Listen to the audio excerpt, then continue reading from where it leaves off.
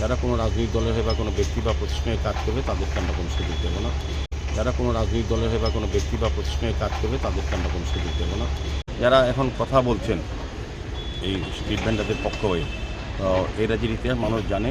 যখন এই উড়ালপুলটা হয়েছিল তখন হাজার হাজার ক্ষুদ্র ব্যবসায়ীকে উচ্ছেদ করেছিল বিনা নোটিশে, বুলডোজার চালিয়ে দিয়েছিল।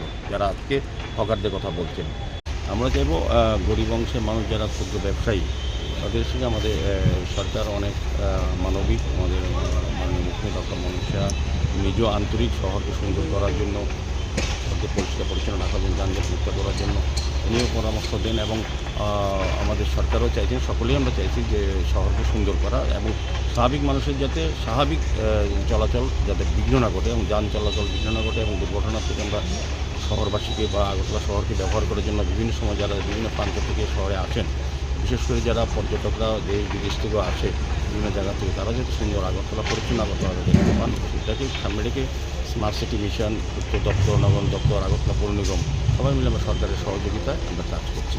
তো তারই অঙ্গ হিসেবে আজকের এই কর্মসূচি। এর মধ্যে আমরা ওনার কথাই 1 মাসের মধ্যে আমরা চেষ্টা করবো তারা যাতে পুনরায় ব্যবসা করতে পারেন।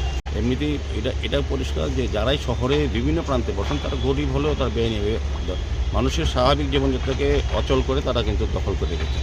কাজে সেই দিকটা এটা ক্লিয়ার যে তারা বেআইনি হয়ে বসেছেন। এবং বেআইনি লোককে আইনি করার ক্ষেত্রে আমাদেরও জায়গার সংস্থান থাকতে হবে, কিছুটা আইনগত ব্যবস্থা থাকতে হবে।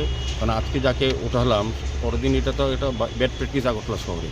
আমি আগরতলা শহরে অনেক আগে থেকেই এই ধরনের হকার, বেআইনি হকার উচ্ছেদ করা হয়েছিল, কিন্তু পুনর্বার যাকে উচ্ছেদ করা হয় তাকে পুনর্বার পরে আরেক পরিবার এসে বসে যেত। এখন সরকারের দায়বদ্ধতা হয়ে গেছে যে রাস্তায় বসবে তাকে 50 লক্ষ টাকার ঘর জায়গা দিয়ে দাও, এটা চলতে পারে না। এটা সভ্য শহরেই হয় না।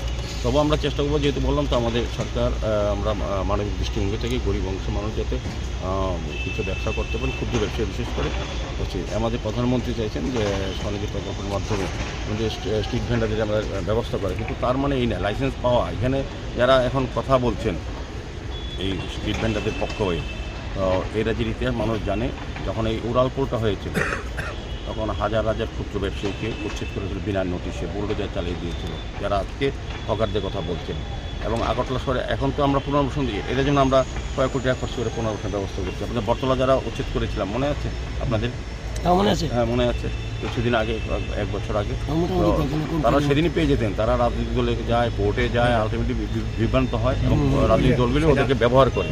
আমি বলবো কোনো ক্ষুদ্র ব্যবসায়ী, কোনো ব্যবসায়ী আগরতলা শহরবাসী যাতে এই রাজনৈতিক দল বা কোনো ব্যক্তি বা স্বার্থের জন্য যারা কাজ করছেন, এই হকারকে মিথ্যা কথা বলিয়ে রাস্তা বসে দিয়েছেন, বলেছেন যে পৌর নিগমের সঙ্গে যোগাযোগ আছে, মেয়রের সঙ্গে যোগাযোগ আছে, সরকারের সঙ্গে আমরা আছি, দল করি, কাজে উঠতে হবে না, এই বিষয় নয়। কিন্তু এখানে দল বিষয় নয়, এখানে হচ্ছে শহরকে পরিচ্ছন্ন রাখা, শহরবাসীকে যাতে স্বাচ্ছন্দ্যে পৌর নাগরিক পরিষেবা তারা গ্রহণ করতে পারেন সেই ব্যবস্থা আমাদের সরকার এবং আমরা চেষ্টা জানাই।